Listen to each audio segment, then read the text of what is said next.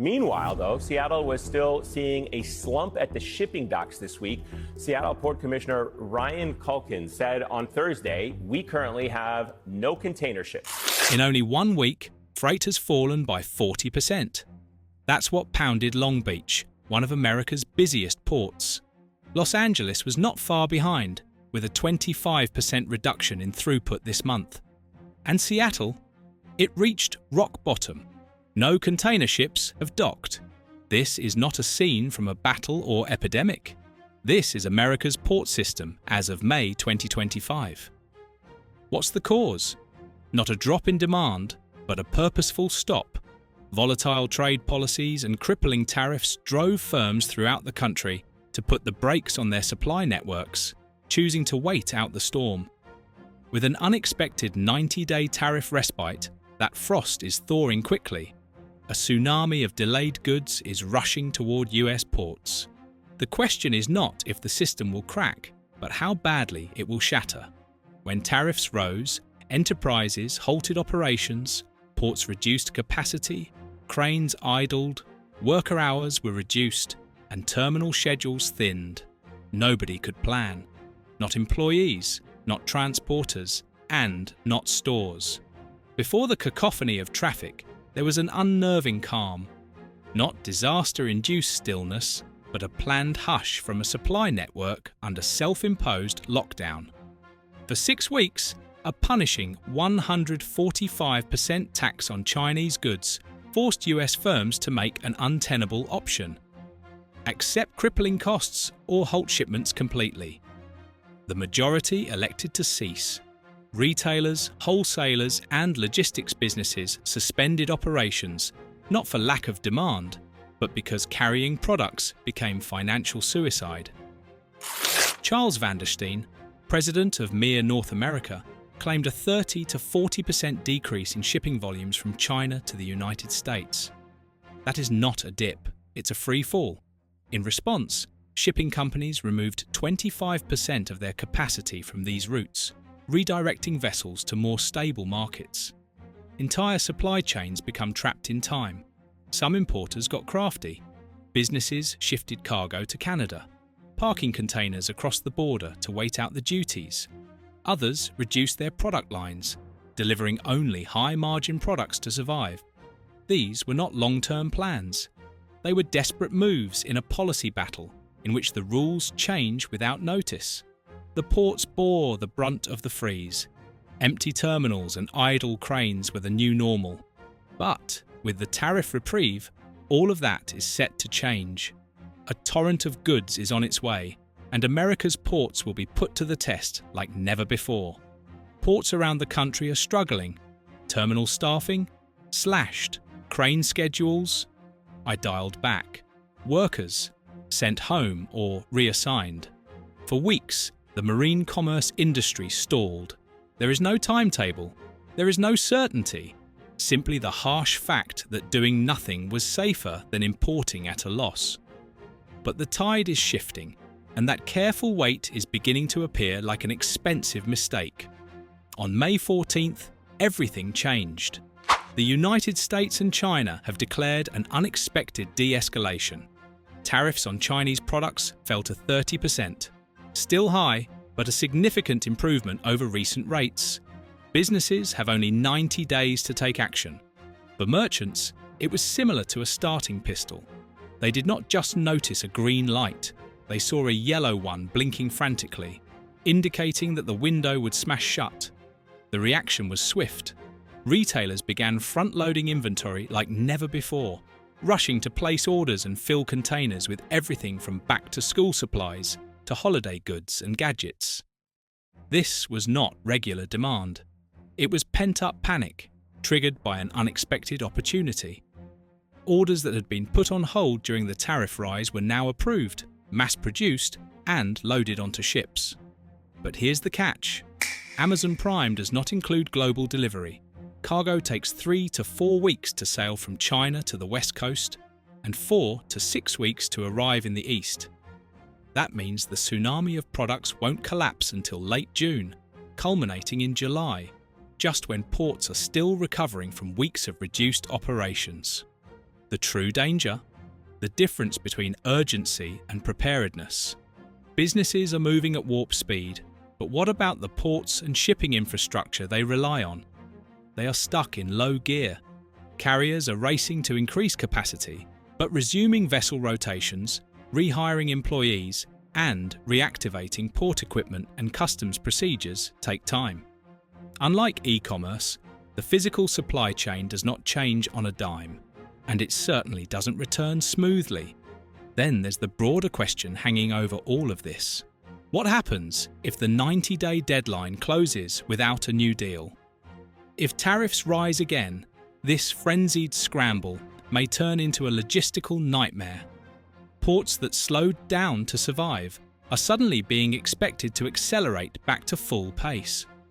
The machines are chilly, the labour is dispersed, and a big wave of freight is already on the way. Buckle up. This is going to become nasty. If taxes return to 145%, commodities arriving mid-shipment in August might become financial problems. Companies are placing a dangerous gamble, not just on global markets, but also on political timing. America's logistical infrastructure is not designed for turmoil. It thrives upon predictability. Ports, shipping lines, warehouses, and last-mile carriers all rely on consistent traffic, predictable timetables, and seamless handoffs. When everything works well, things move smoothly across seas, borders, and states. But that rhythm has been disturbed. Twice. First, a 6-week import standstill occurred as firms retreated due to sky-high duties. Then came the frenetic deluge, with businesses rushing to import as much as possible during a fragile 90-day period of lower tariffs. This whiplash has transformed the supply chain into a high-stakes game of response, one for which it is unprepared. Shipping behemoths like as Maersk, which cut 25% of vessel capacity on US-China lines during the recession, are now trying to reactivate those ships. However, it is not as easy as flicking a switch. Redeploying capacity entails rearranging global vessel rotations, reallocating staff, and obtaining port berthing slots, all while avoiding bottlenecks elsewhere. Meanwhile, port operators are prepared for a volume increase that they do not know the extent or length of.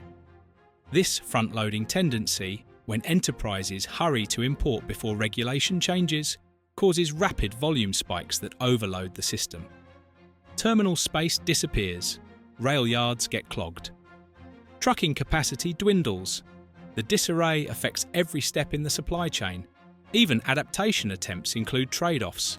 Some carriers are replacing smaller ships with larger vessels, which require deeper berths, more cranes, and longer unloading periods, putting further strain on already overburdened ports. Others are shortening sailing timetables, forcing ships to travel faster and turn around faster, resulting in delays in other places. This is not sustainable. The supply network was designed to withstand demand gradually, rather than in unexpected spurts. If this rise coincides with additional policy uncertainty, delayed customs, or labour shortages, it will not just slow things down. It might bring the system to a standstill. Tariffs and freight prices aren't the root of the problem. It is uncertainty. A 30% tariff is high, but firms may prepare accordingly. They can't prepare for a policy landscape that shifts in weeks with no clear guidance or notice. That's the system. One day, a 145% tariff brings supply networks to a standstill. Then, a 90-day respite prompts a frenzied rush. Then what? Nobody knows. This roller coaster transforms international trade into a high-stakes casino. Importers are ordering not because it is prudent, but because they are afraid of tougher conditions tomorrow. Retailers are hurrying products across oceans, unsure of what duties would apply when the containers dock. Some will be lucky, others will suffer significant losses. Large firms can absorb the expense of this instability. Barely. Small businesses? They are frozen. They cannot hedge risks like the titans. They can't take rapid profits. and they certainly cannot restructure supply chains overnight. What was the result? Supply chains are no longer strategic. They're reacting, trying to keep up. Planning is obsolete. Delays are typical. Panic is commonplace. From ports to truckers to store shelves, everyone is waiting for the next jolt.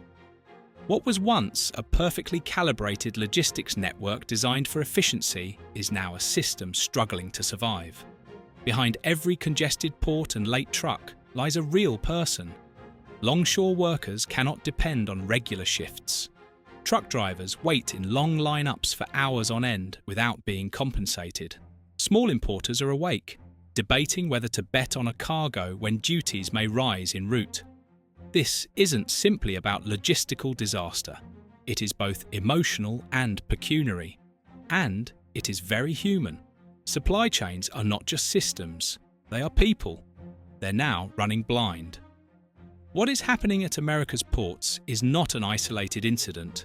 There's a blinking red warning. Modern supply chains cannot work when forced to run, pause, and sprint again without warning. The ships are ready. The ports have capacity. The tools are there. However, none of this works if policy changes make every shipment a gamble. It's not just about tariffs. It's about the mayhem they cause when they're applied without notice or logic. The actual cost is not only increased costs. It represents the end of predictability, the paralysis of planning, and the degradation of faith in global trade. If America wants to compete, we must approach supply networks as crucial infrastructure, not as negotiating tools in short-term deals. What's stacking up at our ports is more than simply goods. It's a bill for months of uncertainty, and it's time to start paying attention